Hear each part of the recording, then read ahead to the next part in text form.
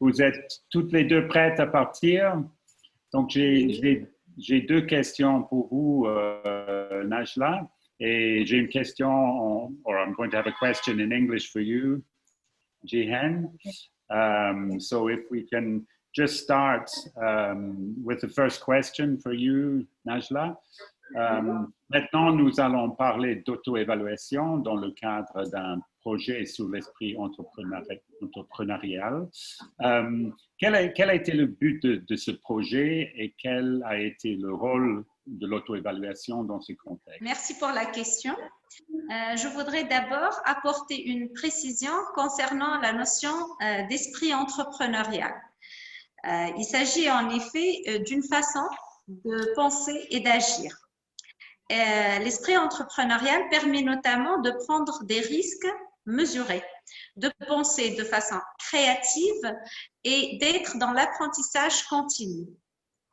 L'État tunisien, en fait, voudrait promouvoir cet esprit au niveau de toutes les structures qui accueillent les jeunes, que ce soit des universités ou des centres de formation. L'objectif de ce projet, qui est conduit en étroite collaboration entre le ministère de la formation professionnelle et l'EFE. Donc, depuis des années déjà, cet enseignement a eu lieu dans les centres de formation professionnelle, avec des programmes différents. La question d'évaluation du niveau, du degré d'acquisition de cet esprit entrepreneurial s'est alors imposée. Durant l'année écoulée, une expérimentation sur l'auto-évaluation a eu lieu dans notre centre de formation professionnelle. Donc, on envisage bien entendu de continuer cette expérience avec les nouveaux stagiaires pour les années prochaines. Et donc, au sein du projet, on a compris le but, mais quel a été le rôle de l'auto-évaluation au sein de ce projet? Voilà, l'auto-évaluation, en fait, c'est d'évaluer le degré d'acquisition de ces apprentissages. Il est certes très intéressant de fournir des compétences, mais le plus important, c'est d'évaluer est-ce que ces compétences ont été réellement acquises par les apprenants ou pas. C'est ça le rôle de l'évaluation, en fait. Merci.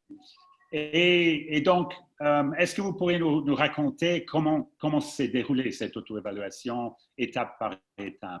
Donc, cette expérimentation, en fait, a eu lieu avec 20 apprenants qui sont âgés entre 20 et 25 ans pendant une durée de 3 heures. Ça s'est déroulé en 3 étapes. La première, c'est une présentation des compétences entrepreneuriales, les 15 compétences du référentiel européen Entrecamp, le PTT. Par la suite, en deuxième étape, on a eu un auto-positionnement des apprenants par rapport aux compétences entrepreneuriales en utilisant des smileys. Ça veut dire qu'on a fourni aux apprenants une grille avec les 15 compétences et l'étudiant devrait s'auto-évaluer par rapport à chacune de ces compétences en utilisant les smileys. Donc, il y a le sourire, bien entendu, ça veut dire j'ai cette compétence. Il y a le deuxième niveau, c'est sceptique, je ne sais pas. Et le troisième niveau, je n'ai pas cette compétence. Donc, on avait une grille avec 3 niveaux. Troisième phase, on a eu les discussions et les feedbacks entre les apprenants sur la pertinence de l'auto-positionnement. Donc, tout au long de ces discussions, le formateur était un modérateur pour permettre aux apprenants de s'exprimer librement et de prendre conscience de leur évaluation grâce au retour de leurs camarades.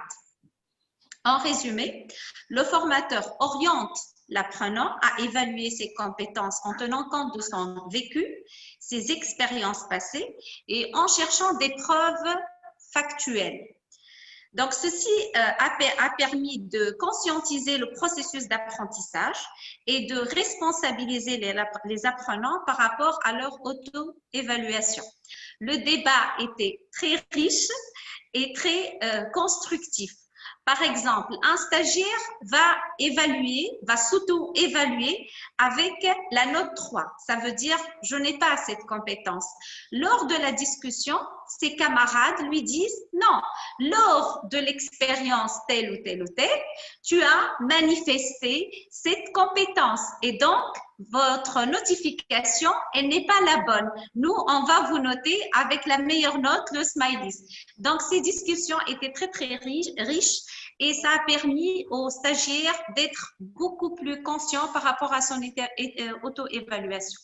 Voilà, merci. Je pense qu'on a eu une réponse très complète et aussi avec un peu de sentiment de la réalité vécue de l'expérience. Donc, Voilà. je vous remercie. So, Xian, what was your experience of the auto-evaluation and what did you learn from the experience? So for me, it was a pleasure to get to know several things about myself, something that I might skip or miss through my learner journey. At first, that's what I liked about the experience. Society made us think, since we're kids, that all that matters is about academic skills. Nowadays, things have changed, and Intercamp was a proof for that for me. I was able to get through this experience on the assessment day. Today, I crossed the bridge from learning life to professional life through spotting opportunities. Weird how I had the courage to take such a risk and still appreciate how easy it was for me. I took a risk to jump and explore a new field after having a diploma in quality control in agro-food industries, but now I'm working in a consulting agency and we are leading statistical surveys and marketing studies. Things, they're all new for me. I think too, we all went through a lot as a student, from self-esteem issues, from lack of visibility through the future and professional life. But today, I strongly believe that being a brilliant social and professional human being is never about what you carry with you from your academic skills. Okay, it's still important for us all, but it's mainly about how you see and value success. It's about sustainable thinking and ethical one, simply because that's what you can bring into any field, no matter what is different from your academic learning. That's what will add value to everyone around us. Last but not least, I would never miss a chance to know more about myself, because we need to spot our needs and skills to be efficient through our path. That's what I learned mainly from that day. Okay. Thank you. Au revoir. Un grand merci, Naila, Jihan. Thank you very much, Alistair. Merci beaucoup. Bonne journée. Au revoir. Merci, Thank you. Au revoir. Au revoir.